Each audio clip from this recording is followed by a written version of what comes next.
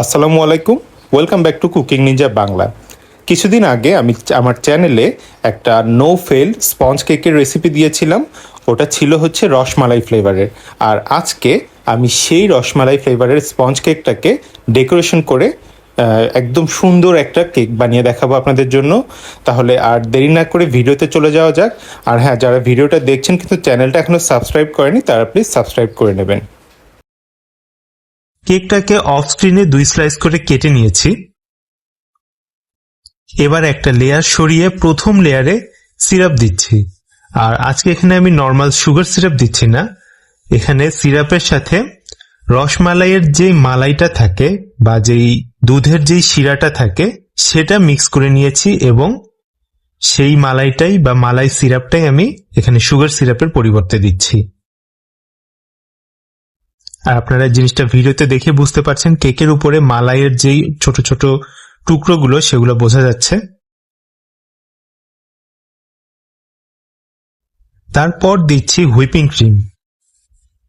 আর এই ক্রিমেও রসমালাই ফ্লেভার আর সামান্য হলুদ কালার দিয়েছি। এই ক্রিমে কিন্তু আমি খুবই সামান্য পরিমাণের হলুদ কালার দিয়েছি, বেশি দিলে একটু বেশি গাঢ় হয়ে যাবে কালারটা। এবার ক্রিমগুলোকে সমান করে দিচ্ছি।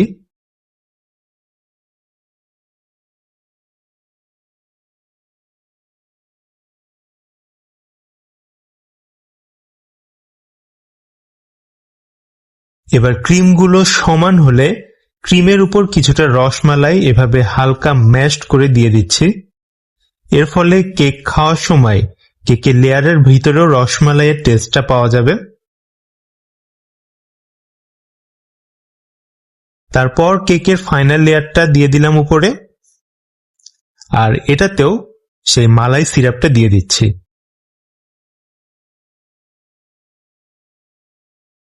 এবার সাইডে বের হয়ে থাকা যে ক্রিমগুলো সেগুলোকে প্যালেট নাইফ দিয়ে সমান করে দিচ্ছি। এবার পাইপিং ব্যাগ দিয়ে প্রথমে কেকের চারদিকে ক্রিমের লেয়ার দিচ্ছি।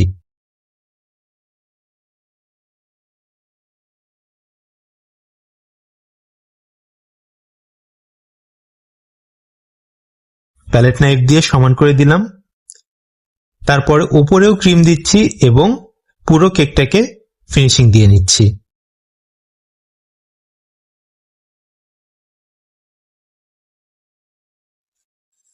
এবার কেকটাকে সাইডে রেখে দিয়ে কিছুটা গানাশ রেডি করে নিচ্ছি। এখানে কিছুটা হোয়াইট চকলেট গানাশ নিয়েছি। 1/3 কাপ হোয়াইট চকলেটের সাথে 1/4 কাপ হুইপ ক্রিম দিয়ে ডাবল বয়লারে মেল্ট করে নিয়েছি। আর কিছুটা লেমন ইয়েলো কালার আর সামান্য রসমালাই এসেন্স দিয়ে মিক্স করে নিচ্ছি। এবং অবশ্যই এই গানাশটা সম্পূর্ণ রুম টেম্পারেচারে আসার পরেই কেকের উপর দিতে হবে, তা না হলে গরম অবস্থায় কেকের উপর দিলে ক্রিমটা গলে যাবে পুরোপুরি।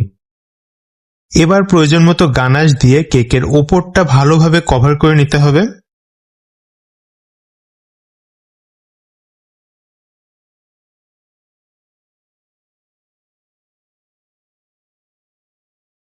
এখানে একটা 1G নজেল দিয়ে কেকের উপরে 8টা ফুল বানিয়ে নিচ্ছি এবং প্রত্যেকটা ফুলের উপর একটা করে রসমালাইয়ের মিষ্টিগুলো বসিয়ে দিচ্ছি।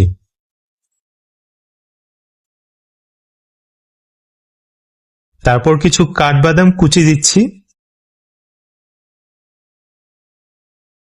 এবার মিষ্টিগুলোর উপর কিছুটা গোল্ডেন লিফ দিচ্ছি আর চারদিকেও কিছুটা গোল্ডেন লিফ দিয়ে দিচ্ছি।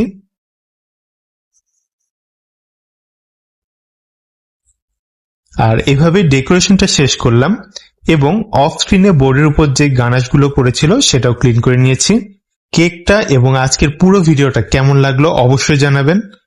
ভালো লাগলে ভিডিওতে লাইক দিয়ে আপনার ফ্রেন্ডস এন্ড ফ্যামিলির সাথে বেশি বেশি শেয়ার করবেন এবং চ্যানেলটা যদি এখনো সাবস্ক্রাইব না করা থাকে তাহলে প্লিজ চ্যানেলটা সাবস্ক্রাইব করবেন।